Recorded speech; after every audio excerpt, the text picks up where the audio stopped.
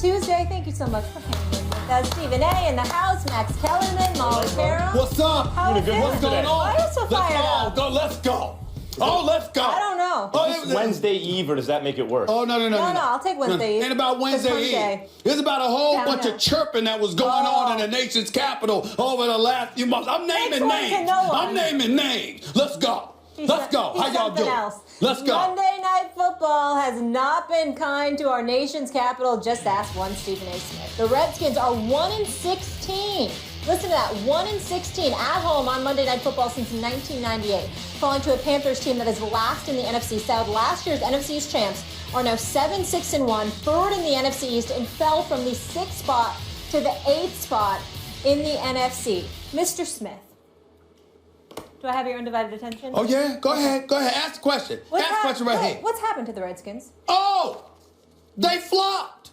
I'm sorry. Let me. How would you like me to do this, Max Kellerman? Do you want me to say they flopped? You want me to go like this? You want to go like this? That's what y'all want me to do? Don't get in trouble. I don't know. I just remember they were talking a lot. I didn't know slash mark or whatever. I said choke. I ain't getting no trouble for choking. You choked. I didn't choke. You understand? I'm not wishing ill will upon you. I believed in the Redskins. Am I not? Am I lying? Did I not believe in them? Did I not talk about Deshaun Jackson? Did I not talk about Pierre Garçon? Did I not talk about Jordan Reed? Did I not talk about all of these dudes? Did I not talk about Matt Jones? Did I not warn that dude to not run his mouth before they played against the Cowboys? Because they ain't had a running game since. Did I not warn him about that? Did I not talk about Kirk Cousins and how I applauded this man? Believing in himself, betting on himself, approaching his final year of the contract, taking a franchise tag for $19.95 million. Was that not me? Was I not the one that was subjected to scrutiny by my friend Doc Walker? His radio show in D.C. That's my man. I love Doc Walker. Brian Mitchell, don't know him too well. Really good guy. Very, very knowledgeable about football. You understand? We know what he did as a Redskin. No disrespect to him, no shade to him. But I would dare say that he was cruel to me. He was not kind to me when I was a guest on 980 ESPN radio in Washington, D.C., treating a guest like that. Why? Because I had the temerity. Because I had the temerity, the unmitigated gall to sit up there and say, excuse me, why are you walking around here calling yourself the champions of the NFC East and all of this other stuff when the Dallas Cowboys are in first place? That was me. That was me. If y'all don't believe me, if y'all don't recall what the video stated, could you show it, please? Take it away. We run the damn East, not really, not all of them. We run the East. You better remember we got that damn title. Y'all forgot who the real champs of the NFC East is? Everybody looking on the champs. You see what I'm saying? You see what I'm saying? This is not about numbers. This is not about the night that Cam Newton had. This is not about the night that the Redskins, statistically speaking, they didn't show up. They were missing tackles. They were dropping passes. This was about the fact that this was a Monday night game. By the way, a Monday night game, I think they've lost 16 of their last 17 appearances on Monday Night Football. I would dare make the argument that Redskins should be banned from Monday Night Football. I don't think they should be allowed. Why do you get to lose that much on national TV? We shouldn't be subjected to such an ineptitude. I would say that the NFL schedule makers should prohibit, forbid, ban the Washington Redskins from Monday Night Football until further notice, because I think a legitimate argument could be made that they no longer belong on national television. Your offense couldn't get anything going. Your defense couldn't make stops when it needed to. You had Josh Norman out there, okay? You know that you acquired him. He's a $50 million man guaranteed, $75 million overall. You were looking for him to make some noise, but he needed help.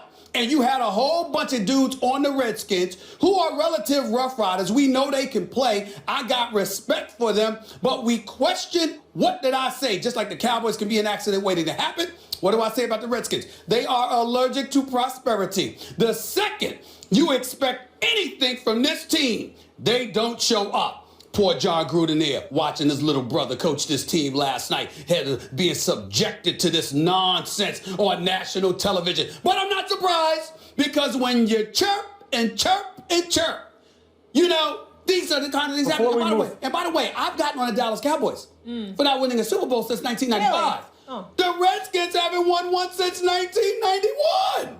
1991. This team is 25 years and counting away from a Super Bowl. The team with the Hogs, the team with, Joe Gibbs is the coach. Joe Theismann was a Super Bowl. Mark Ripien won a damn Super Bowl for crying out loud. Douglas Williams, the first black quarterback to do it.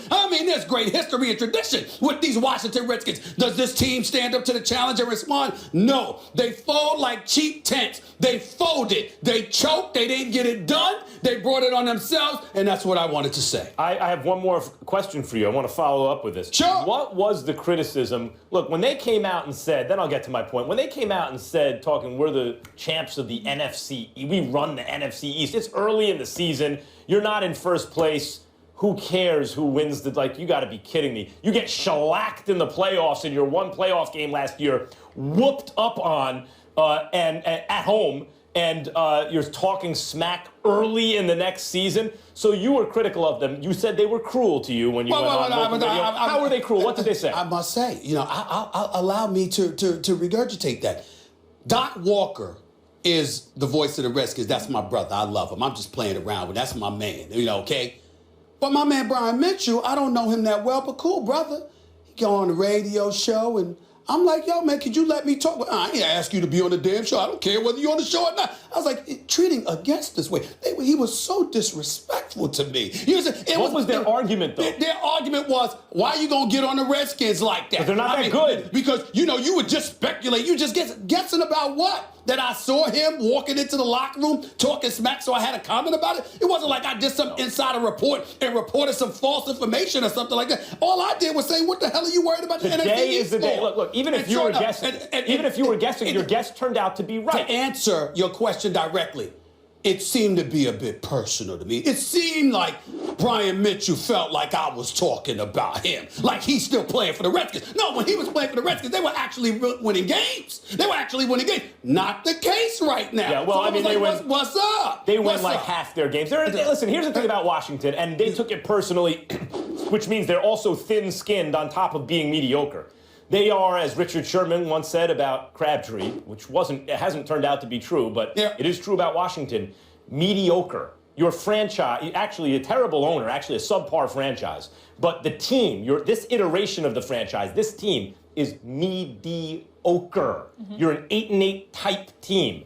And for them to pretend that they're otherwise and to be critical of you or anyone, which also shows they're thin-skinned, is ridiculous, and today is the day for those who predicted that they're mediocre or that you shouldn't be bragging early in the season about running the NFC East when you're not even in first place at that point. That's the day that those people get to gloat, and you have to shut up. Now, here's the problem with Washington. Go ahead. And this is what I took from the game. I thought you just said the problem very eloquently, I might add, but continue. Thank you very much. But continue. The problem is this. The playoffs are on the line. You are at home on Monday Night Football, favored against a team with, though they're not mathematically eliminated in Carolina, nothing to play for. That team looked like it quit on this season long ago. You're favored to win, and they come into your house on Monday Night Football. And this is the most troubling thing if you're a Washington fan. On both sides of the ball, in terms of the running game, they were dominated. Now, why is that significant? Because at this point of the season, what that comes down to is the point of attack on the line of scrimmage. And what that comes down to is who's ready to play. So the bottom line is the Washington franchise rolled over and said, scratch my belly. With the playoffs on the line, at the point of attack on the line of scrimmage, they got punked. Both sides of the ball. Right. That is a mediocre team that is not ready for prime time. Well, you can say they're a mediocre team. They don't have mediocre talent to me. I think Jordan Reed is a stud. He was stupid last night for getting himself kicked out of the game. That just wasn't smart. First of all, what the hell are you doing punching somebody with a helmet on? They got a helmet on and you're using your fist to punch them. That's just dumb, okay? I'm sorry, I'm not calling him dumb. I'm calling his actions dumb, stupid, idiotic, and worthy of being ejected from the game just for stupidity alone. What the hell are you? First of all, you're fragile enough, you're always injured, and then you're going to sit up there with your hand and punch somebody's helmet? That's just stupid. That's number one. Number two, see, I told you I'm naming names here. This dude, Robert Kelly, remember him? Oh, you're back on him? The dude, hold on, wait a minute. This is the dude that talked about what do you call the Cowboys? The Cowgirl? Cowgirls. Right. Before he played the Cowboys. So they happen to lose that game. That game, he rushes for 37 yards. 37 yards. Do you know this man hasn't had more than 63 yards rushing in the game since? And oh, by the way, last night, 9 carries, 8 yards. So you chirped and opened your mouth, and sure enough, you ain't getting it done. And so I look at stuff like that. I'm not going to get on my man Chris Baker because he's got a mouth, but he backs it up. He can play the whole bit. Collectively speaking, they got to get something together. I don't know if Jay Gruden is the answer, but at the same time, I can't put last night on him. They're professionals. They get paid. If there was something schematically wrong and guys were wide open and y'all seem to be a bit discombobulated, that I will point the finger at. But in terms of effort, in terms of making tackles, in terms of making catches, I can't put that on Jay Gruden. I got to look at this team. And no, please don't get me wrong. Doc Walker, I'm playing around because I got nothing but love for them. But Doc Walker knows this football. Brian Mitchell knows this football. I will lean on them to give me the expertise on the nuances that may have transpired yesterday. You think you'll get a call today? Every year you need the nuances, they never win. Well, I'm just saying, but they call it out. I'm saying they call it like they see it, so I'm good with that. Right. I'm just simply saying, with this Redskins team, you got Josh Norman, you got Breland, you got Kerrigan in the crew, you got Baker in the crew. On offense, Garcon, Deshaun Jackson, Crowder's big time. Come on, you got all the weapons. They don't have the guys up front on defense. To me, they are an averagely talented team on offense, over average, team, on defense, under average, maybe barely. Let me tell you something. Forget about the fact that they have an arrogant and unapologetic owner who should change the name of that team years ago and is doubling down. It's stupid and arrogant. I'm glad you brought it up because that's where your heart lies. Well, okay, fine. Number two, I'm also a Giants fan. Let me tell Washington, and I lived in D.C. for 15 months. At least I had an apartment down there when I was hosting originally Around the Horn in 0203. Yes. I know what kind of football town that is. It's an insane football town. There is no town in the United States of America that cares more about their team than Washington cares about their team. I acknowledge that, guys. But let me just tell you what it's like to be a Giants fan, a fan of another team in the NFC East. I see the Cowboys on the schedule. I'm like, ooh, I want to get them. That's going to be a tough game. I see the Eagles on the schedule. Even when the Eagles aren't good, like I'm worried about this week's game with the Eagles because they always play the Giants tough. The one team, and it doesn't mean that the Giants always win this game, where the other NFC East teams go, oh, good, we got them on the schedule, is Washington. The rest of the division loves to see you on the schedule because everyone else we view as a tougher situation than Washington. They are the ones, even when they won the division last year, even when they had RG3, and I was like, uh-oh, he's a problem. I was still happier to see them on the schedule coming up than the Cowboys or the Eagles. The difference between those old teams and this one is this one has more mouth. They talk a lot. Yeah. And they fail to back it up. Well, they won't win it again this year. We haven't had a repeat champ in the NFC East in 12 years. You know what time it is, folks? Time to keep up with the Joneses. Jerry truly is the gift that keeps on giving during this holiday season. Now, listen to this.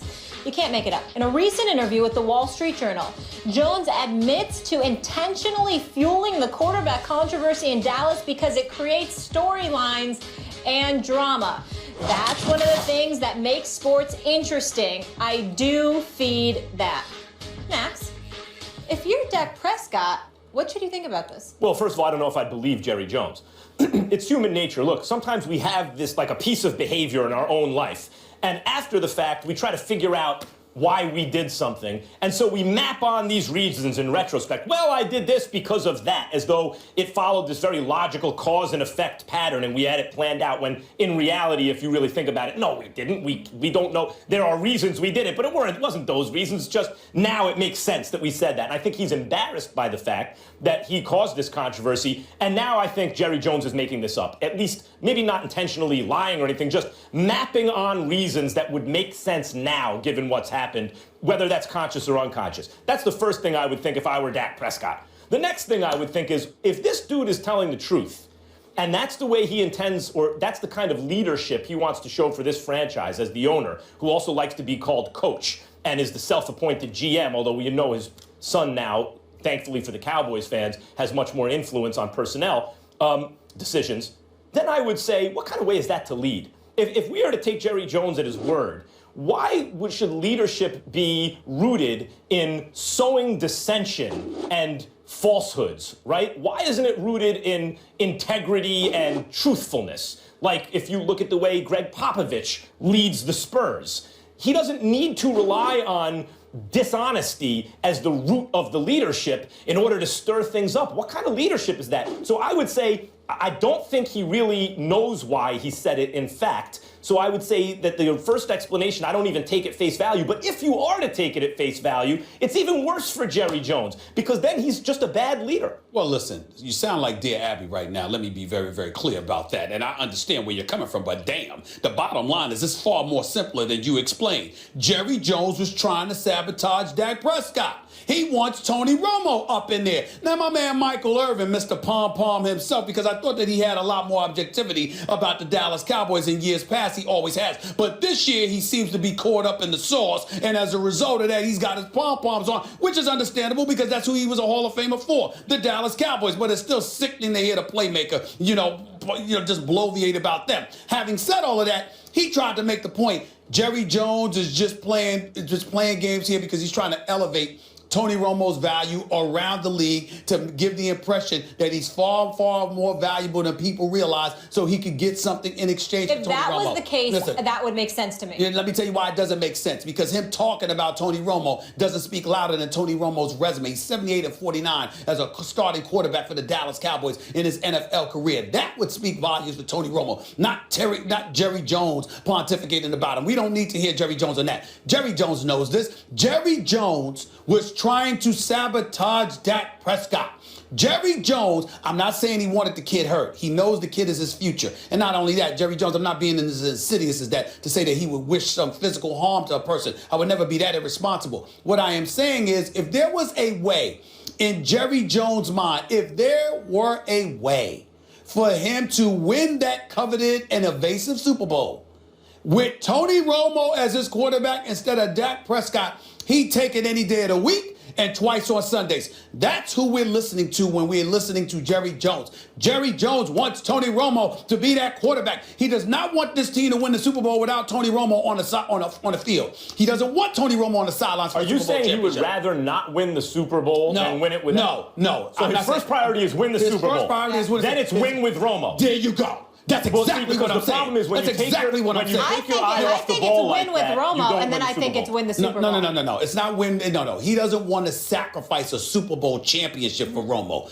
But if he could have, if he could have, that's right. He will wind up doing his own way. But if he could have the Super Bowl and Romo, that would be ideal. Most owners are like this. Give it to me any way I can get it. Yeah. I can give a damn. No. Jerry wants Romo. So you believe him, that he truly feels this way, that he's intentionally feeling that. Absolutely. He's lying, and I'm going to say he's lying. He wants Tony Romo up in there. This is not a game to him. Every day that Dak Prescott goes out there and performs lights out, it is a thorn in Jerry Jones' side to some degree because he loves it, but it's bittersweet because he wants Romo in there. Here's the problem with Jerry Jones. He's not that good. He's not good enough to get away with that, to try to win in a certain way. Let me tell you, the greatest owner in the history of American team sports by far, and I love Steinbrenner, I'm a Yankees fan, but it's clearly the late, great Dr. Jerry Buss. That guy won 10 championships in like 30 years and was in like 5 others. And he was able to not only win and really overtake the Celtics as the dynasty in that sport, but do it in a certain way. He actually said, I need this to be entertainment. I need it to be showtime. Almost anyone else who ever lived can't do both. You can't become the great championship dynasty and do it with a certain brand that you want to promote. That's impossible. Only Dr. Jerry Buss has been able to do it. Jerry Jones ain't Jerry Buss. He's not a pale imitation of Jerry Buss. He can't win the Super Bowl since he was able to manipulate the salary cap by ushering in the era of the salary cap, followed by manipulating the rules by inventing, because he is a brilliant businessman, obviously, inventing the prorated bonus structure, getting around the cap. Since he manipulated that, he hasn't won a single Super Bowl under rules that treat all the teams evenly and fairly. Hasn't been able to do it. So he's not even good enough as an owner to win a Super Bowl under the current structure, let alone to try to do it a certain way. I want to know how the locker room feels about this. Listen, we don't know. They're not going to admit anything because they're winning. Mm-hmm. And why upset the apple cart? But if you're Dak Prescott, Why say anything or feel anything? Because there's nothing you can do about what he feels, but you can do everything about what he does by going out there and performing, because you've got Cowboys Nation behind you. Plus, you've got that offensive line and Ezekiel Elliott to buffer you, to the point where even Des Bryant is sitting up there going like this, because you understand the train that y'all are rolling on right now. But make no mistake about it. This is not a ploy. Jerry Jones wants Tony Romo in there. Jerry Jones is smart enough not to do harm to his meal ticket for the future. But if Jerry Jones had his way, Tony Romo would be the quarterback. Just the other day, there was some event going on. I don't know whether it was high school or college. He was at the game. And who was sitting next to him? Who was sitting next to him? Tony It was Romo, his Jerry Jones, adopted son. They hang together. They eat dinner together. They socialize. It makes you just They're want on to the root for phone Dak together. more so, Let me tell you something right now. Tony Romo loves this man, and this man loves Tony Romo like a son. It's nothing negative against Dak Prescott, but this man wants Romo in the worst way. Will he one day love Dak Prescott like a son? Listen, I don't think you'll love. That might be once in a lifetime. He's got love for the playmaker. Listen, what you say? He's got love for the playmaker. He might have some love for prime time, little love for Emmitt Smith and all of those guys. But there's something special about particular relationships.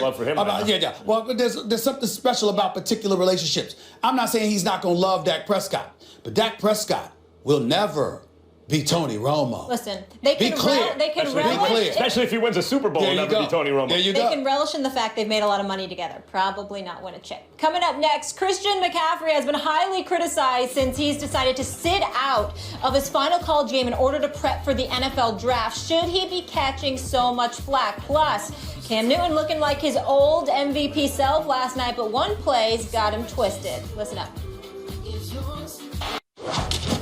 First Take is brought to you by Geico. 15 minutes could save you 15% or more on car insurance. How does he handle the big moment? You have to take everything into consideration. Why? For what? Come on, dude. He sued everybody. Yeah. Everybody. Now we have to watch what's actually happening. USA. I'm good. The countdown continues. We're just about 2 weeks away from First Take's big move to ESPN. Make sure you join us as we go from 2 to 1 on January 3rd. We're going to have some great special guests looking forward to it in our first week. We've got Ice Cube, Hall of Famer Jim Kelly, and a live performance by Wale.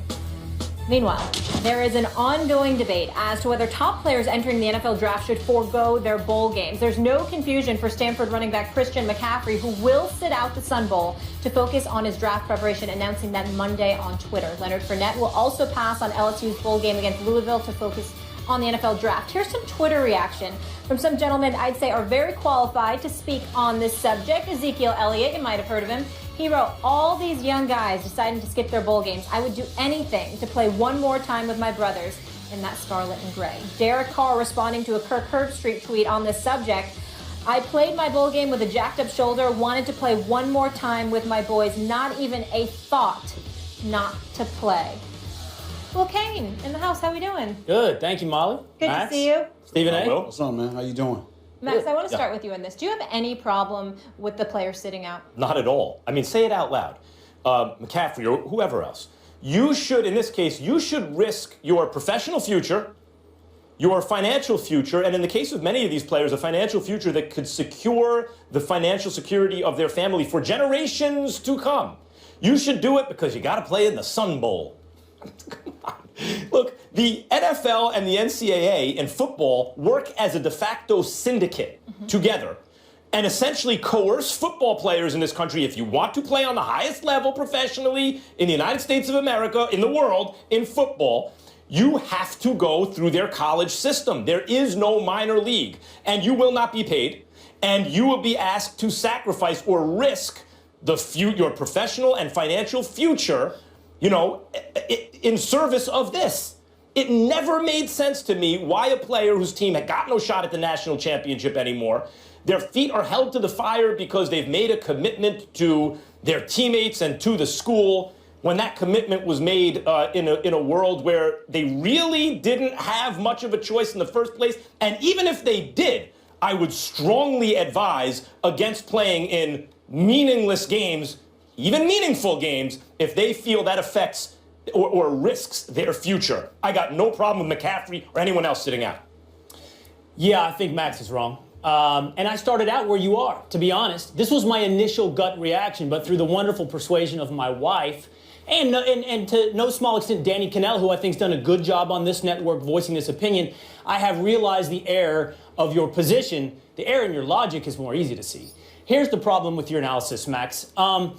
You have chosen the expedient path. There is principle and there is expediency. And often, expediency looks wise. Often it's rational. And that's why I started out where you are. Of course, the analysis is exactly where you are. Of course, the financial decision is easy to see for McCaffrey or Fournette or many of these guys.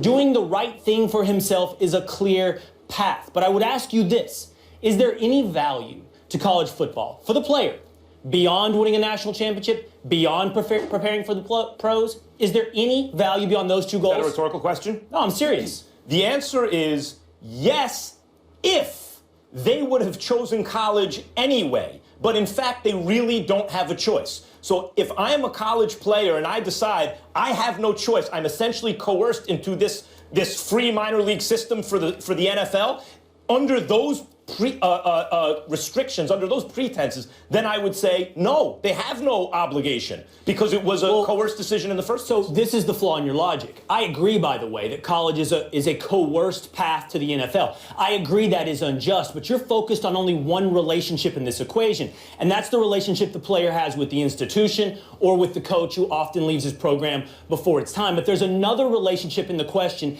and this is the one about principle. This is the fact I recognize the easy, maybe even the wise path is to go to the NFL, but the principled path is to honor the commitment to your teammates. You have committed, whether or not you're right that this commitment was somewhat limited, you are committed to these teammates to see this through. And there's value in college football in being a part of a team, of being in something with other men. And when you opt out of it, you have chosen the expedient path at the cost of the principled path. Now, that can have many, many sacrifices internally, Max. That can have sacrifices externally when we talk about broad swaths. Maybe for Christian McCaffrey, he made the right choice for now for him. But make no mistake, he's made the unprincipled decision. Your argument is much cleaner if there wasn't coercion in the first place. If that was truly a free decision to play in college football, you have a clean argument. It's not, so you don't. I'm going to address what you said because here's where I think you're wrong. I think you're wrong where you talk about principled decisions and what have you, because let's keep in mind that these are collegiate athletes. There's no union. There's no representation for them. I mean, this is big business, which is college football, and these dudes get exploited. And the universities are willing to look at you and say, well, you got a scholarship, be happy, shut the hell up, and go out there and play. So we understand that there's an absence of representation. It's 3 years that you have to commit to the university before you're allowed to go pro. You're using physicality as an excuse when clearly guys like Leonard Fournette was ready physically to be in the NFL at least a year ago, if not earlier than that. So let's take that into consideration. The other point, and the biggest point for me, when I think about this particular situation, what I don't like, and I was listening to Herm Edwards and Ryan Clark on Mike and Mike this morning talking about this, and I was actually upset that they didn't bring this up. Christian McCaffrey is an individual. He's white. He's at Stanford. As far as I'm concerned, I don't think he's been appreciated enough. Rushed for over 2,000 yards last year, rushed for over 1,500 yards this year, averaged more than 6 yards a carry. If he were black, he would have gotten more notoriety as a running back in college football for doing it. It was almost like reverse discrimination. It really is true that has happened to him. Having said that, here's where the problem lies. Jadeveon Clowney, and please show highlights of this guy when he was playing at South Carolina. He took plays off. And he was eviscerated. People vilified him all over the place because he was trying to protect himself and guard himself from getting hurt. And the notion was, if you're going to be out there, go all out. When you start off the season, you're committing to finishing the season. With your teams at 100%, you go all out. So whether you quit during plays, quit during games or elect not to show up to games. It all gets lumped into the same category. And the fact that Jadeveon Clowney was vilified, but Christian McCaffrey, there's actually a debate as to him having not done anything wrong, Max, is where I disagree with you.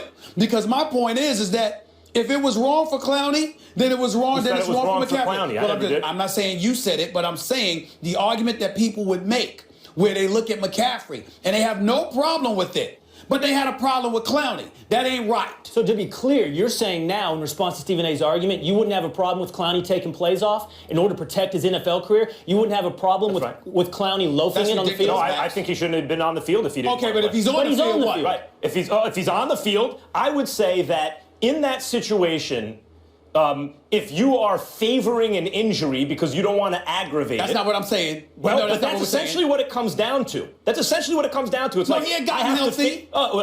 I have to favor myself. I have to protect myself. We talk about this with athletes coming back from injury or battling fatigue, etc. If he feels that he's going to jeopardize the rest of his career, his professional career, Max, and financial security to play in a college football game, I think that's absurd. Your position is worse than I thought, because what you're saying is that even if he's healthy, but he wants to make sure that he can avoid a particular injury, he should go out there and give it half-ass. Hold on. We talk about athletes rehabilitating from injury, for example. I'm talking about on the field. Excuse me. For example, Derrick Rose. You can even see players who do check out as healthy, but are constantly doing the mental check with their body. Wait a minute, am I okay to cut like that? And simply don't do it the same way, and largely that's psychological. What's the difference? Max, the problem with your argument, I think the Clowney example has showed the absurdity of it, is that once you commit to something, you have to see it through. You have to give it your all, Max. That's right. The purpose of college football is not simply to make it to the pros. Yes, it is not. Yeah, for these guys it is. It is not. Yeah, but that's a decision that the player gets to make for themselves. And the point is they've made that decision. That brings me to where I started. McCaffrey joined this team. He now has a commitment to his teammates to see it through. Right. He has chosen, in your analysis, Max, he has chosen the self-interested path. It is right for his pocketbook. It is wrong for the commitment that he made. I don't know why you're not with me on this. If you're with me on Clowney, he's got to see it through. Because go back to the genesis of the commitment.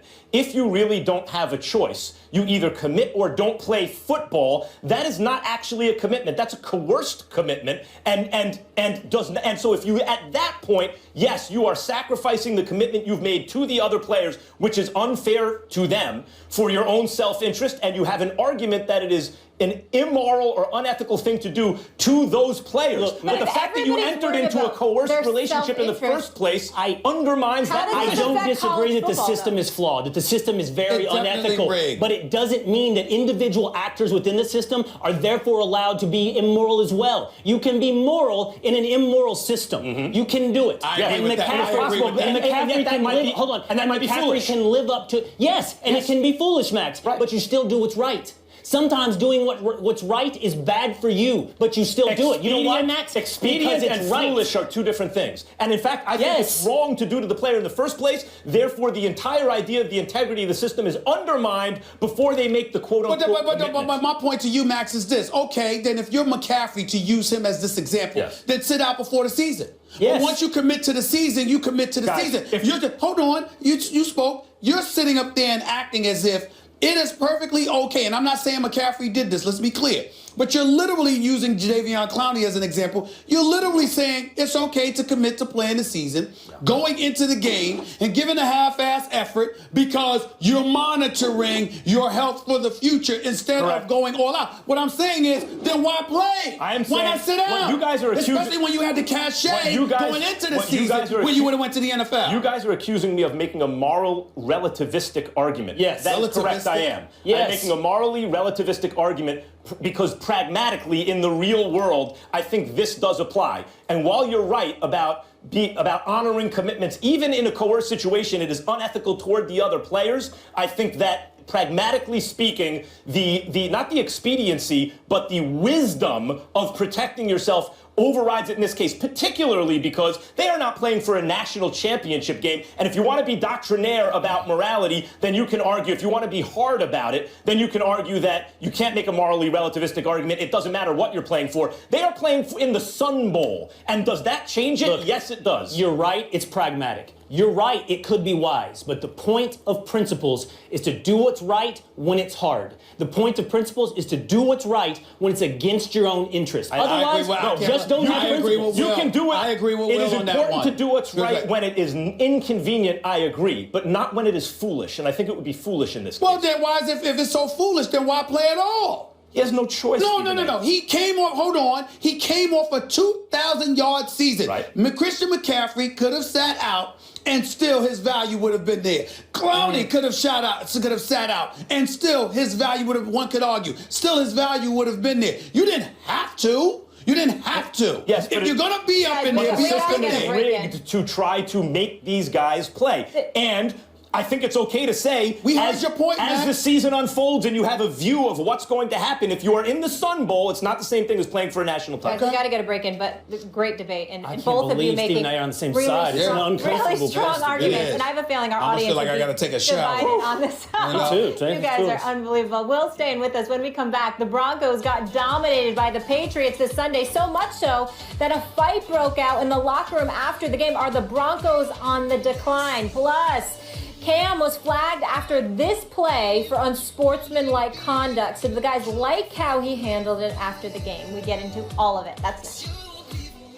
Check it out on the go. One day after Broncos left tackle Russell Okung and cornerback Aqib Talib got into a shouting match following the 16-3 loss to the Patriots, Gary Kubiak said there's no division between the offense and the defense. The Super Bowl champions are sitting in 9th place in the AFC standings and need a lot of help in order to get into the playoffs. Stephen A., is the Broncos' future in jeopardy?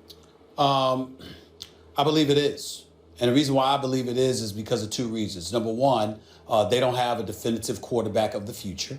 And number two, I don't believe in Kubiak.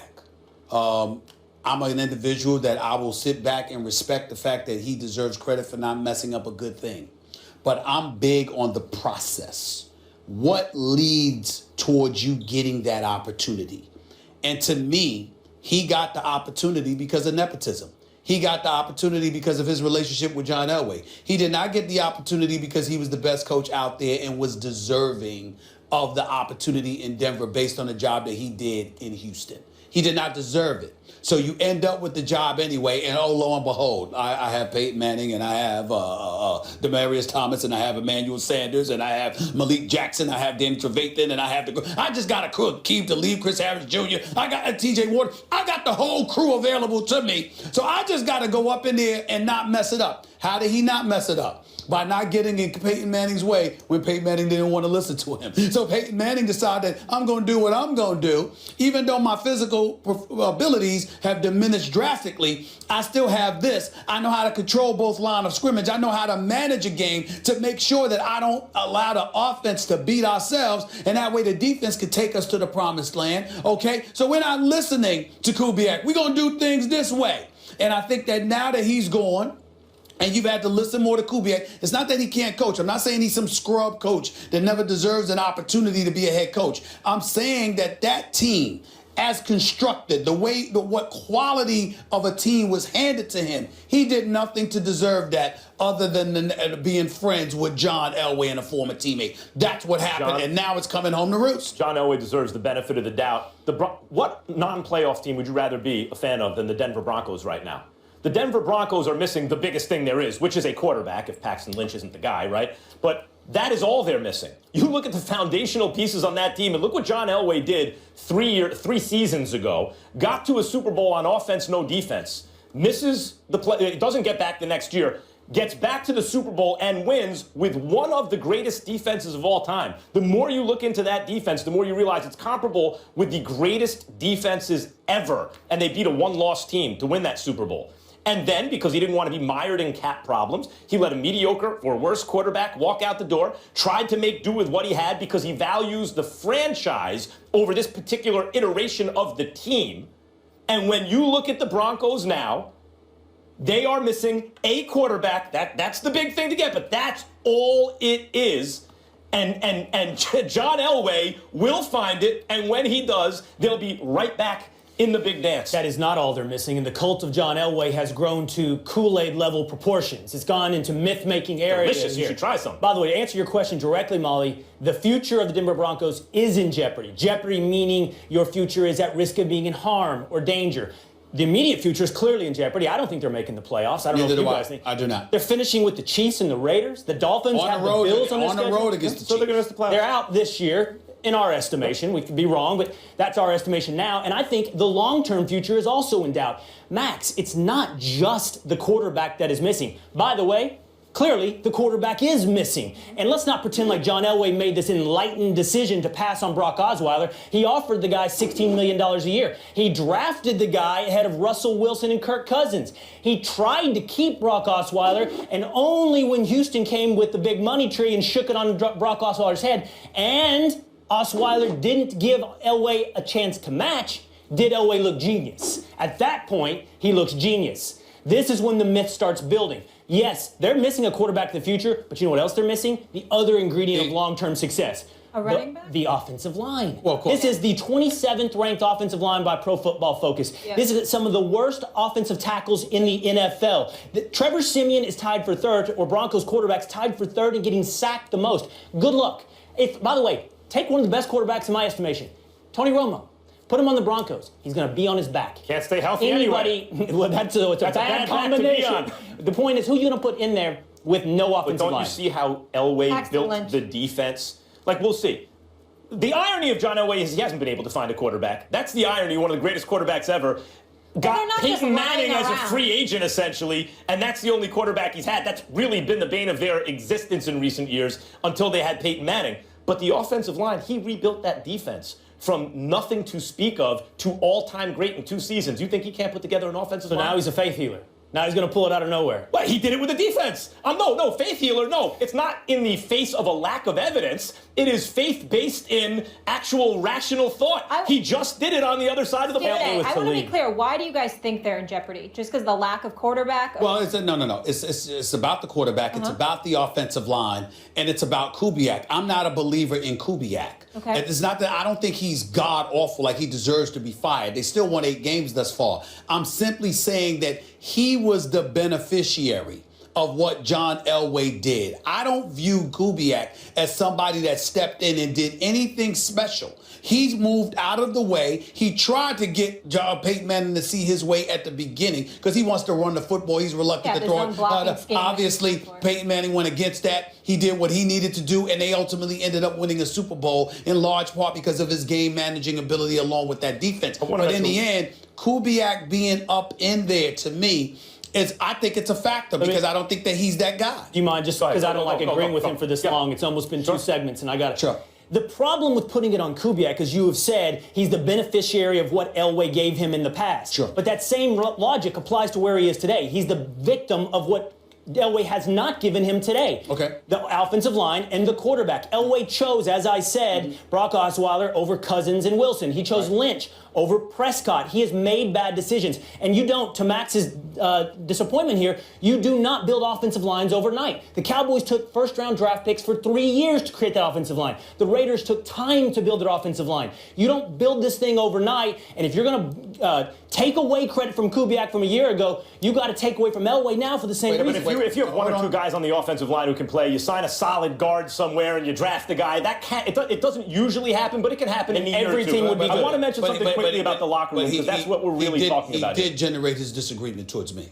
You Go know ahead. Let me Go deal ahead. with Go this. ahead. Let me Please deal with respond. this man. I will wait till you're done, and deal then with I'll this tell man. everyone what it's really going on. Because Kubiak, you're telling me that the blame belongs to Elway instead of Kubiak. What was Kubiak in Houston? His last year, he lost like 11 straight. That's why he got fired from the Houston Texans. What I'm saying to you is that I'm looking at his resume. Yes, he went to the playoffs a couple of years. Yes, he had Matt Schaub as his quarterback. But there was things there in Houston that he underachieved that couldn't do.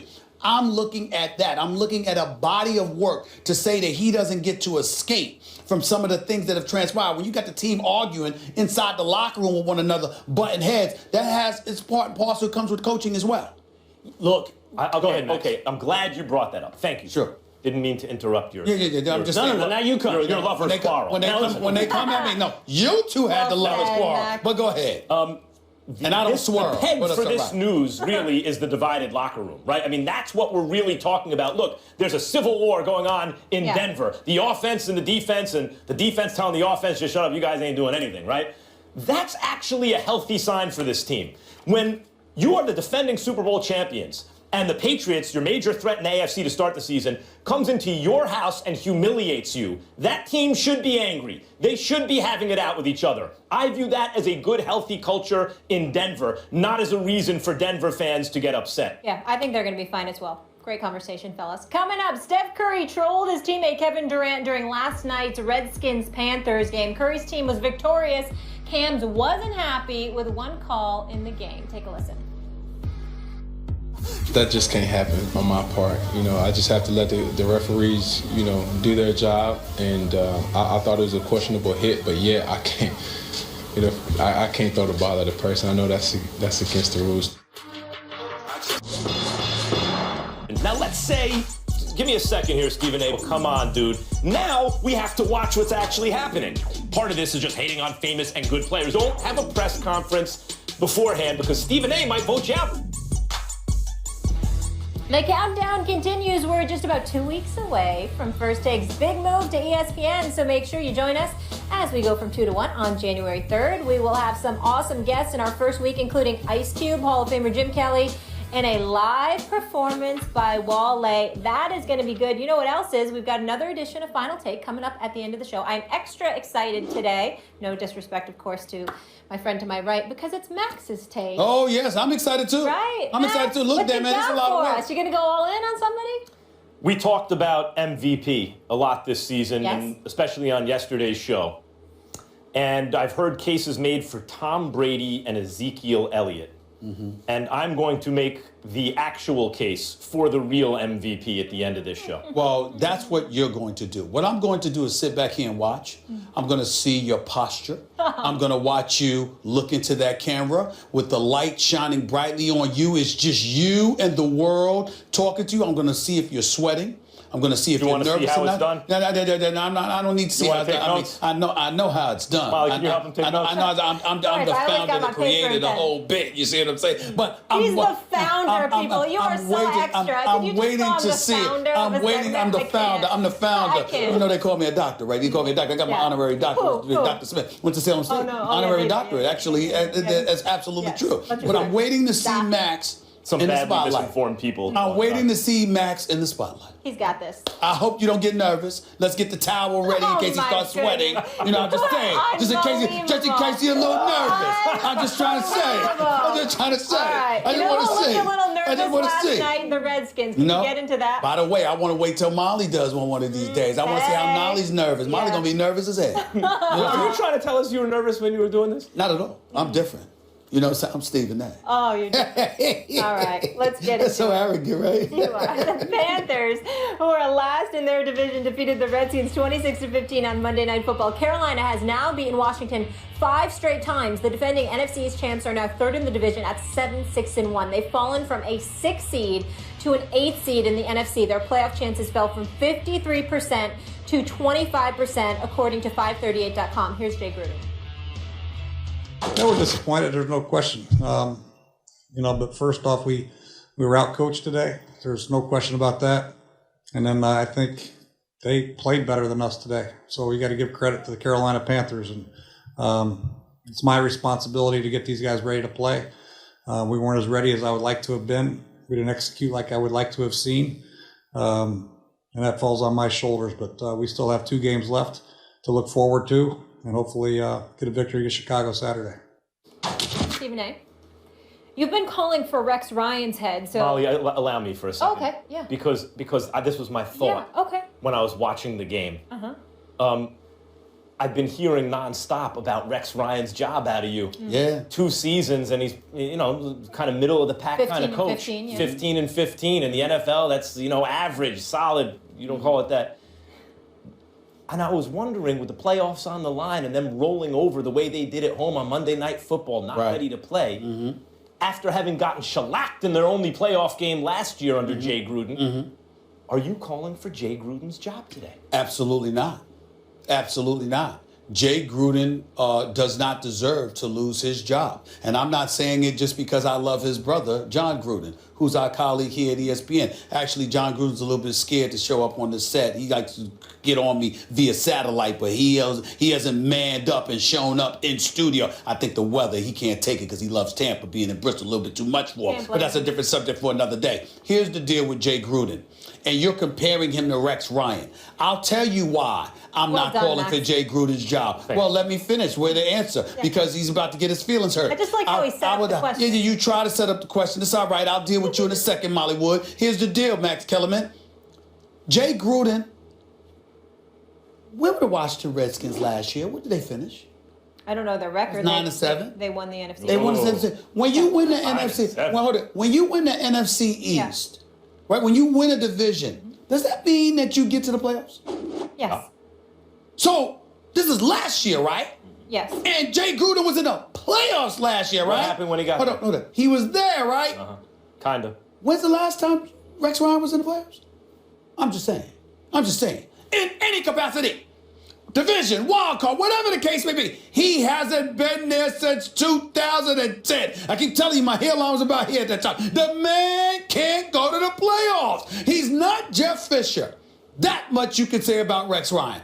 Outside of that, he hasn't gotten it done. I mean, listen, I have nothing against Rex Ryan. I'm actually very fond of Rex Ryan. I genuinely like him as a person. I genuinely like to listen to him, his press conferences. I like his bravado. I like his belief and his faith in his players. I get all of that. But my God, as I explained with my final take yesterday, if everyone gets to keep their job despite the ineptitude that they put on display on an annual basis, where are the opportunities for those on the come up? This is the National Football League. Every single year we brag about parity. We brag about teams coming out of nowhere that may not have done something last year but have done something this year. It might take years to build a Super Bowl contender. It does not take years to transform a team into a playoff team. Rex Ryan has been a head coach for 6 years now without making a playoff. Look 6 at the consecutive division. years. Look at the division. Hold on. Wait a minute. I'm sorry. The Steelers have gotten into the playoffs as a wild card. Whether it's Kansas City or somebody else, they've gotten in as a wild card. Jay Gruden. Are there two wild cards? His record, just so you know, for purposes, 20-25 and 1 Are there over not 3 two years. wild cards every year? Yeah. Yes or no? All right then. You don't have to win your division to get to the playoffs. So let me get you don't have to beat the Patriots straight. to get to the playoffs. Let me get this straight. Come on. For the record, I don't think Yes. Jay Gruden should lose his job. Right. I did think Jeff Fisher should have. Yes. And he deserved that. That was the right thing. You did the occasional brilliance of you. I deeply appreciate it because you agree with me. Marvin Every way to Lewis, go. I am on the fence about. On the fence? Now I will say that given the performance where they appeared to quit this year, it may be time to move on from Marvin Lewis. I thought you jumped the gun on Marvin Lewis, but okay. Yes.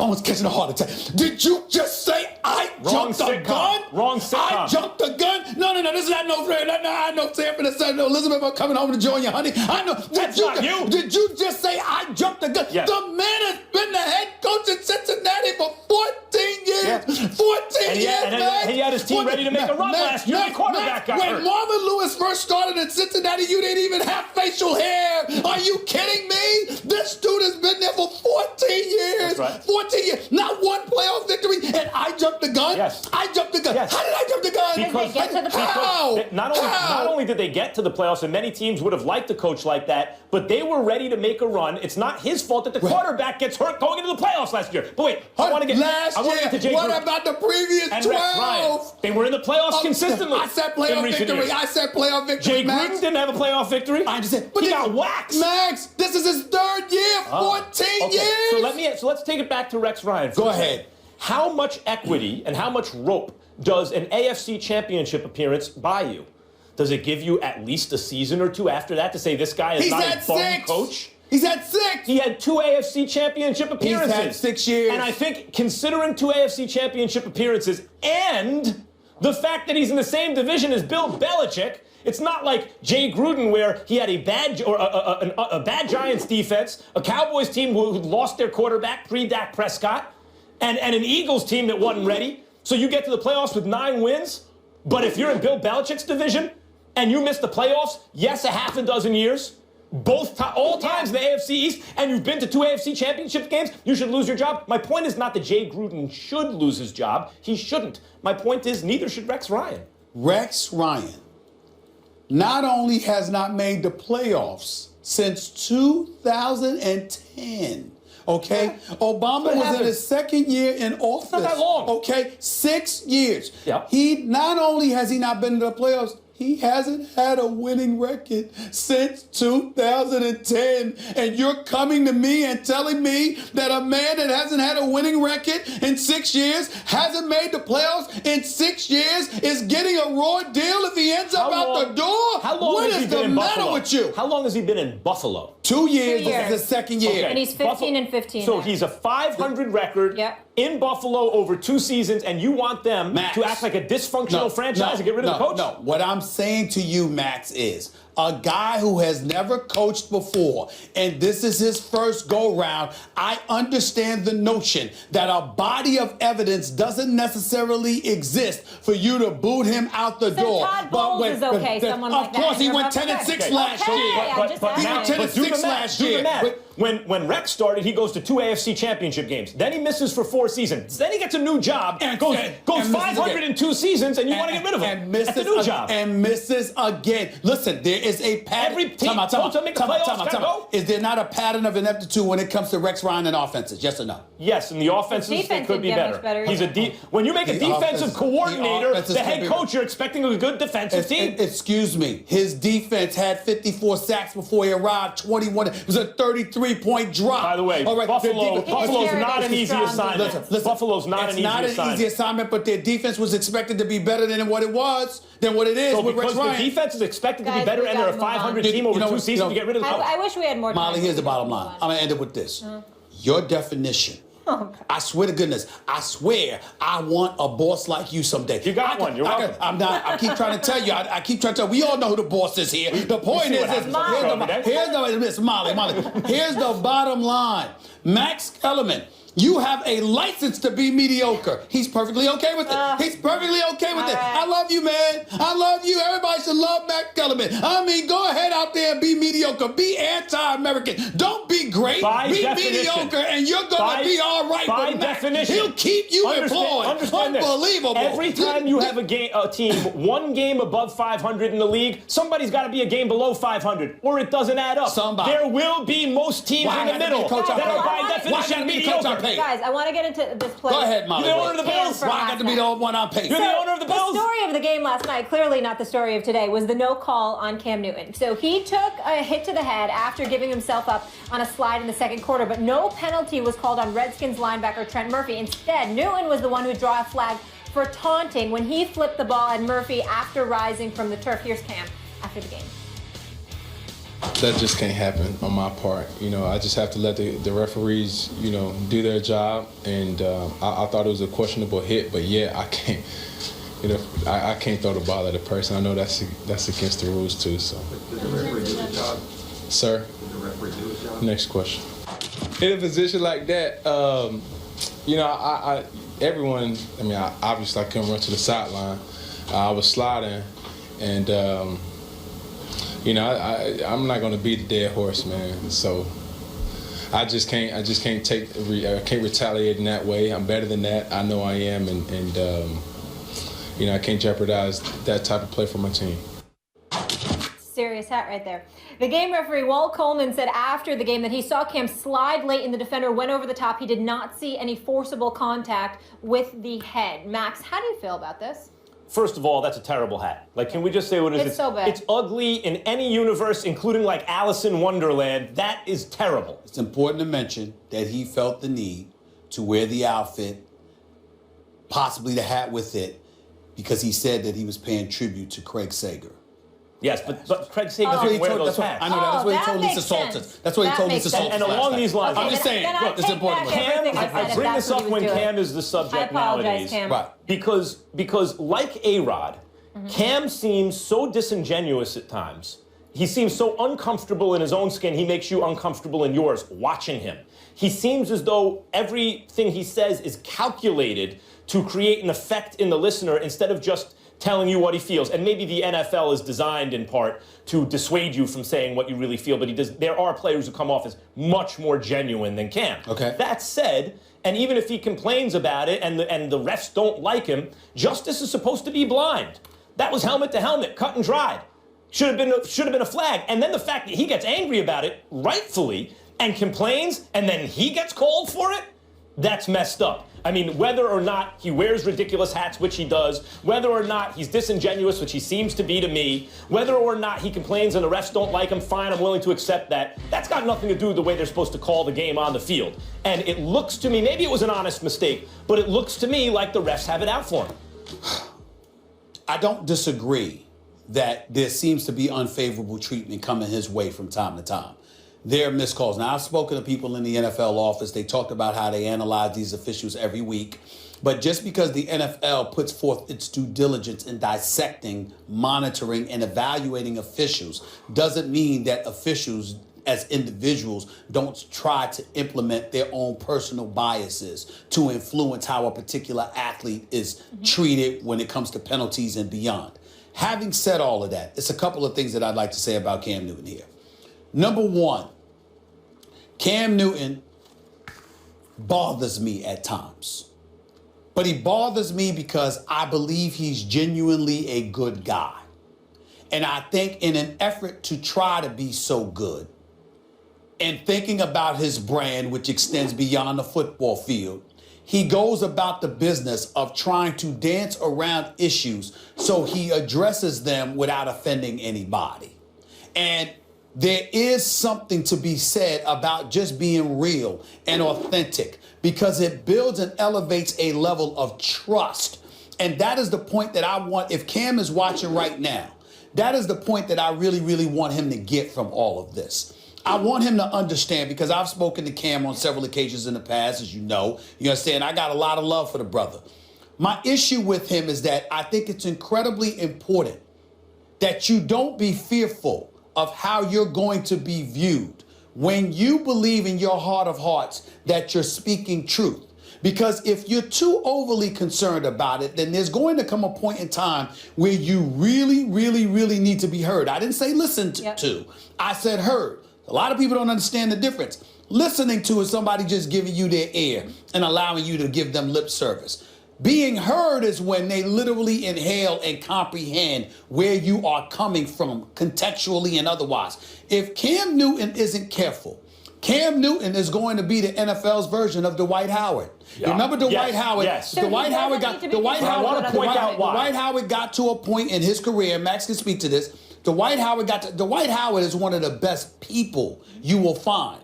At times people felt he needed to grow up, but he's a good person. The problem is that he cared so much about how people viewed stuff that you got to a point where you couldn't trust what he said. The disconnect. And Cam got to be careful about that. Let's talk about the disconnect because that's not the case with Andrew Luck or Dak Prescott. And the difference is, to me, that you have to drink the Kool-Aid. You have to buy into the way of doing things, to the culture of the game, at the quarterback position especially, as the face of a franchise. And I don't think Cam Newton believes the NFL or the football orthodoxy, the received wisdom about how you have to be a quarterback. I don't think he believes it. The celebration, stop me then, all that kind of stuff. Andrew Luck and Dak Prescott, for example, and Russell Wilson and others buy in. They believe it. So when they're asked questions, they can answer truthfully because the truth is coming from a place where they accept the way it's supposed to be according to everyone else. Well, there's no disconnect. Cam doesn't. So he has to constantly watch what he says because he doesn't buy in. But you're thinking about belief. I'll make it simpler for you. They understand the rules of the game, and what they came in as, they're consistent. So I know what I'm going to get every time I listen to Andrew Luck, every time I listen to Dak Prescott. I see the same person all the time. With Cam, as was the case at times in the past with Dwight Howard of the Atlanta Hawks, formerly of the Lakers and the Houston Rockets and Orlando Magic, those guys, sometimes they sound one way Other times they sound another way. And that diminishes and dissipates the level of trust you have in their words when you feel like they're not being as real and authentic as they could be. I think the bottom line is control what you can control, and you can't worry about what other people think. Cam needs to stop. Cam's a good guy and a star. Tim Duncan He is never a had star. to worry about All right. what he said because he knew what he thought. What he thought aligned with what we wanted him to think. And when that's not the case and you try to please people, that's when you have that problem. All right, let's leave it here, guys. A hard left turn. Up next, we are going to discuss the latest in the Brock Turner case. The judge that sentenced him to only 6 months for sexual assault has been cleared of any misconduct in the case. We'll discuss that next.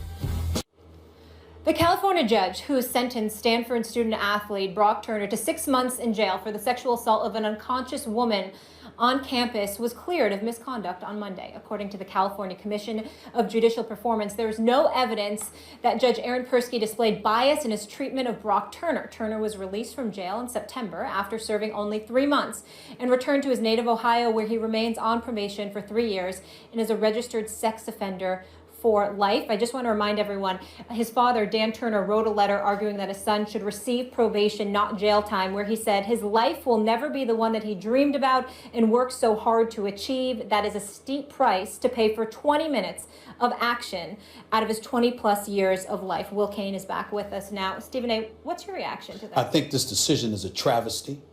I think this judge should have been harshly penalized. I know that he removed himself from criminal cases and went to civil courts. I think that doesn't cut the mustard.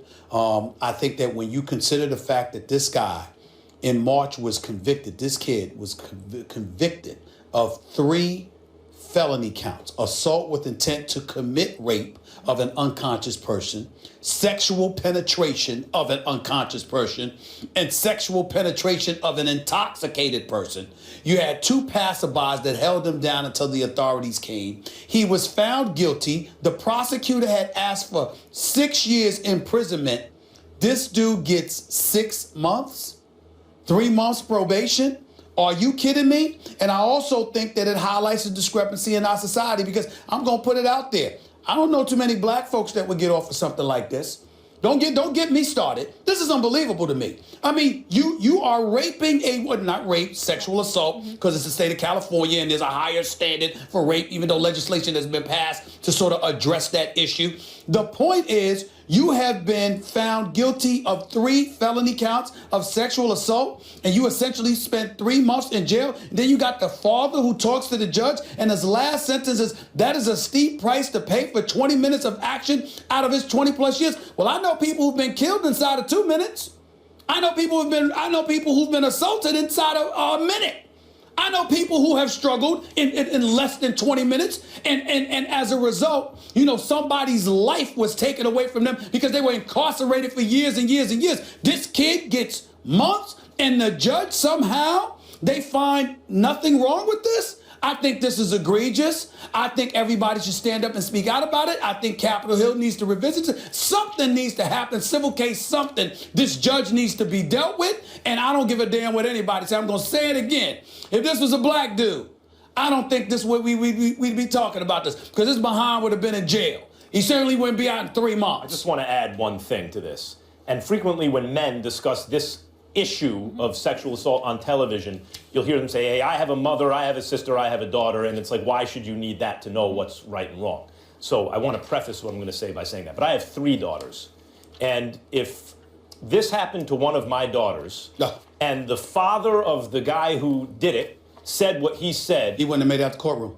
He and I have a serious problem, a serious and immediate problem. He's going to have a problem with me.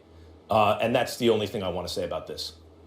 Yeah, I want to also preface it, Max, with this. I think these issues, as they always do when we have sensitive conversations, get reduced into, oh, you must be on the pro-sexual assault camp, or you're on the anti-sexual assault camp.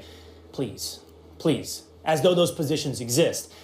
The problem is this, first of all, was the sentence too light? Stephen A., you forwarded an argument suggesting that the sentence was too light. I don't know. And my position is I would not pass judgment on that. And I'm going to tell you why. Yeah, I need to hear this. But the second position you take which is the more egregious position you take, is that the judge somehow needs to be dealt with and has done something incredibly wrong. This judge, first of all, was a prosecutor in this county, specializing in violent sexual predators. His decision in this case followed the probation officer's recommendation of what the sentence should be. Third, it was given to a California commission to review to see if there was any kind of bias, including gender bias, racial bias, Stanford bias, any of these kinds of bias in his decision. This commission absolved him. Why would they do that? Because this judge did something. Whether or not I agree with it, we'll come back to that in a moment, whether or not I agree with it, he did something in accordance with the law. If you have a problem with the law, address the law. That's why we have legislatures, that's why we vote on things. But this judge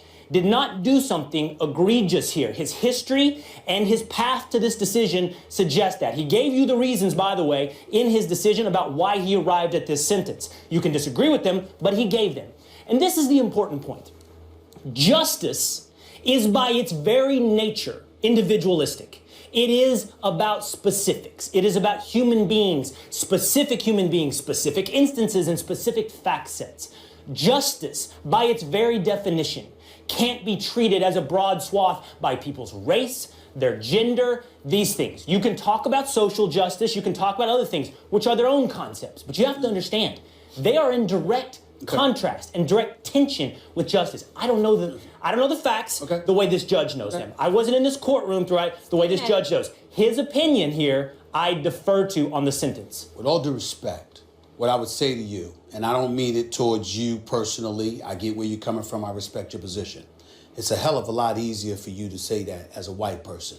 As a black person, when you talk about justice being individualistic and individual decisions impacting folks, let me tell you as a black man, on behalf of Black America, put that damn camera on me. On behalf of Black America, there's a whole bunch of decisions made by individuals that have dramatically, damaged, if not flat out eviscerated communities in our nation. And we all know I'm telling the truth in that regard. That's number one. Number two, when you talk about this committee, demographically, do you know what the makeup of that committee was? I do not. Do you? Exactly. I do not. So my point is this, but I can guess. And I'm that would be irresponsible. No. Oh, no, it's not irresponsible. For you to guess? Let me tell you why it's not irresponsible. Because I have a problem with the decision. So you don't back engineer that. Let me finish. I'm asking. I'm not accusing. I'm saying to you, I suspect. I'm not accusing, like I'm not pretending to definitively know. That would be irresponsible. For me to deduce that a guy can be convicted on 3 felony sexual assault counts that calls for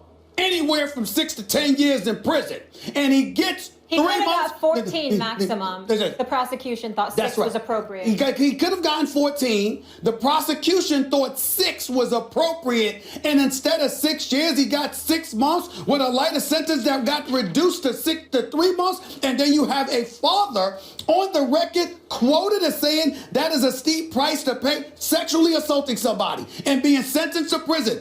That is a steep price to pay for 20 minutes of actions out of 20 plus years of one's life. Everything you just said, it sounds very pragmatic. Obviously, let me finish. It's obviously well thought of, intellectual, very pragmatic. But when you take the human element into consideration, I'm saying to you, as a father of daughters, this man has daughters. I'm telling you right now, 4 older sisters, 8 nieces. When you talk, I'm not saying I'm not accusing you of being insensitive. I'm saying this ruling, regardless of his prosecutorial background, there is no justification for this in my mind. Excuse me, Max. In my mind. For one moment. Sure. I completely defer to the emotional response that you have in regards to what you feel towards the other father. You have 2 daughters, as do you as well. And I would as well. But there is a reason. Emotion is supposed to be out of the courtroom. I'm not defending Brock. No, hold on. Sure. I'm not defending Brock Turner. I'm not defending his father. Not accusing you of that. And truthfully, I'm not even defending this sentence. What I'm defending is the concept of justice. Stephen A., when you point out that race has in the past ignored individual circumstances and taken broad things like race into the detriment of black people in this country, do you think I'm going to disagree with you? Of course not. So I'm arguing to you that Lady Justice wears a blindfold for a reason. And because it's been taken off in the past... But it hasn't worn a blindfold. She didn't wear a blindfold. It hasn't worn a blindfold. Excuse me. Because she's been taken off in the past doesn't mean you take it off again. You don't correct injustices But that's from not what the I'm saying. past Hold on, by making more in the future. Where I take offense at your words is that you're implying that I'm saying take the blind, put the blinders on again. That's not what I'm saying Those here. blinders stay on. I'm not saying that. What I'm saying to you is this. If there were a question about the man's guilt or innocence, I have no issue with the ruling because, okay, somebody may have found it innocent. The issue in question here is that the man has been convicted of 3 felony counts. Who gets 3 months in prison for 3 felony counts? That doesn't make any sense. Quick break, and we're gonna come right back to this. And 3 felony counts, 3 months. Okay. We're That's all I'm saying. Break. Max, we'll pick it up right with you. More First Take after the break. Stay here. We'll continue the discussion on the Brock Turner case.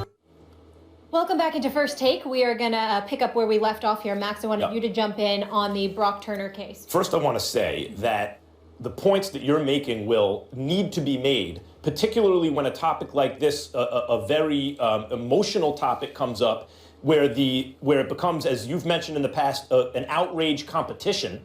And if you are seen as making a point about the law, and you're an attorney, you have a legal background, it's seen as you're not outraged enough. And from conversations with you on and off the air, I know that you are completely outraged about sexual assault, which I would hope people would take for granted. I appreciate that. I want to say that. And I agree with him. I agree. About the issue, and justice should be blind, about the issue of race, Stephen A., that you bring up and how it might have an impact on this and why people of color in this country, particularly African Americans, might be suspicious if they see a white person get off with what they feel without looking too much at the details, or maybe even with a lenient sentence. That suspicion is founded in the fact that justice is supposed to be blind, but in fact, judicial outcomes in many, many areas throughout our history and continuing today are greatly affected by race. And so that is a legitimate, I think, concern here. And that is a concern, I don't know if we've discussed it on this show, but that I share. So if the point is that African Americans have in this country been subjected to, for example, greater, more strenuous sentencing than white people have in the past, it's a fact, it's true, it's not absolved, it's not corrected by, then in turn finding a situation with a white defendant and making sure you overpunish or get a strenuous punishment. You don't fix it that way. Lady, justice has to remain blindfolded, justice has to remain blind. My biggest point is this: don't gloss over specifics, don't gloss over facts. You said several times, 3 felony counts of sexual assault. The details are important, and the details offset it against other cases you could read about and compare it to, perhaps where the defendant was black. But you have to know the details of every individual case to find out if justice was served, because justice is individual. And last point, my biggest pushback is this: it's never served over social media. It's never served via outrage. Justice is only served through focus on specifics and largely done in the courtroom. Can I ask one question, and then Stephen A., you have it the rest of the way? Just as a woman, do you guys feel that serving 3 months in jail is enough for those acts? Absolutely not. Okay. Feel is the operative word. I'm just wondering, do you feel that? And I do want to point out. Just one more thing, one other question, Yes, and then the answer I'm is no to staying your out of it question, by the because way. I want to hear. Okay, so we don't feel that's appropriate. My other question I want to ask: had he not been from Stanford, had he not been white, do we think he would have gotten the same 3 months in prison? Probably not, Molly. Yes, Okay. probably not. Thank I know you. that African Americans get on That's all I average wanted sentenced to know. 20% more longer sentences. Let me tell you something. I echo what Max said about you, and just for the purposes of this show, everybody understands this. It's called First Take for a reason. We don't run from a damn thing. We never have, we never will. And when you hear Will Kane come on this show, or Max Kellerman come on this show, being here with me every day, and they take positions that they take, maybe diametrically opposed to me from time to time, I invite it. So understand, we may disagree, but at the end of the day, anybody that's coming after you for what you said, they're going to have to come after me too, because I wanted you to say what you have to say, because that's how we evolve as a society, when we're willing to hear where everybody's perspective is coming from, and we go from there. Now let me get back to you. You talk about outrage, in this case, social media or beyond or whatever. I think you're smart enough and educated enough to know that outrage, particularly on the part of the African American community, has gotten justice done.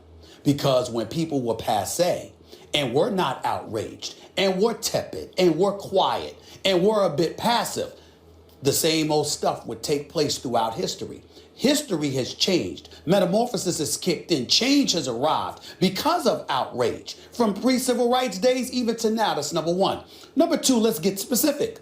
we talk about this kid here, Brock Turner. And by the way, put his face up on TV. Let's see that guy. He was convicted of 3 felony counts of sexual assault. Could you put his face up? That's him. That's who he is. Just so everybody knows he is. Don't even get to walk the streets. We're going to put an athlete up in there. Anybody does something wrong. Put the judge up there, too. Put his face up in there. That's the guy that let him off for 3 months, 6 months in jail, 3 months instead of 6 years. Put his face up there, too. Now, last point. Brock Turner, convicted of 3 felony counts. OJ got off for murder. What'd they do? Terrorist threats and kidnapping, he doing 30 years. We all know it's because they missed out on a murder conviction. They piggybacked off of that and got him in November. We gonna get you no matter what, okay? Michael Vick, well, dogfighting scandal, Peter and everybody else, Humane Society, everybody up in arms. Where are they now? You have a white 20-year-old kid from Stanford who was convicted of 3 felony counts of sexual assault, stopped by 2 patrons, held for the police, found guilty. This dude gets just 3 months in jail. Where are all the women? I want to react to that. They're there. They're trying to recall this judge. This story is not suffering from a lack of outrage. I want to react to that quickly. These public cases become symbolic, I think, especially to people of color in this country. And the argument that says, wait, we need to weigh the evidence in this case individually misses the emotion of the use of the case as symbolism, even when there is an injustice carried out by using a specific case as symbolic. And the social media outrage, the democratization of media is good in certain ways. And when it becomes a force for a bad kind of populism, it becomes dangerous and should be commented upon by the Fourth Estate, which is what we are here doing. I'll give you the last word. All I'm going to say is that I didn't mean to imply that the women's groups weren't out there. I'm saying that the noise for others doesn't appear to be as loud for this as it was for others in the past. That's all I meant. My last word is symbols are simple. Emotions run roughshod over individual facts. And it's my job, I feel like, when I come here to address these things directly and specifically. That's what I try to do. Not defend this guy and to not even this judge. Of course. Understood. Appreciate the conversation. Understood. Glad we all agree that 3 months was not enough, and it wouldn't have been the same for other races. Well, thank you so much for being with us. More First Take after the break. Stay here. Elliott coming left. There's a big hole from Leary and Smith. And Elliott walks the dog and jumps into the Salvation Army Red Kettle. There's the big donation into the Red Kettle campaign. They found the seat. Touchdown. The NFL decided not to fine Ezekiel Elliott for his TD celebration jumping into the Salvation Army's Red Kettle on Sunday night, something Odell Beckham Jr. was not pleased about, saying on Twitter, "That's funny. There's no fine for that. I could only imagine if I was the one to do it. Just being honest." Max? Yep. Is your guy, Odell Beckham. Best receiver in football? Yes, Yep. that he is. Is he playing the victim card here? Yes, and he's being a little tone deaf here. And Odell, I'm going to address Odell directly. I understand your point about the uneven application of the rules in the NFL, and you feel like you're being victimized, and I've noticed it by the refs and the league at times, or the refs at least at times with you. It's good that Antonio Brown and Le'Veon Bell supported your point. However, in this case, a brand-conscious NFL is being pro-charity.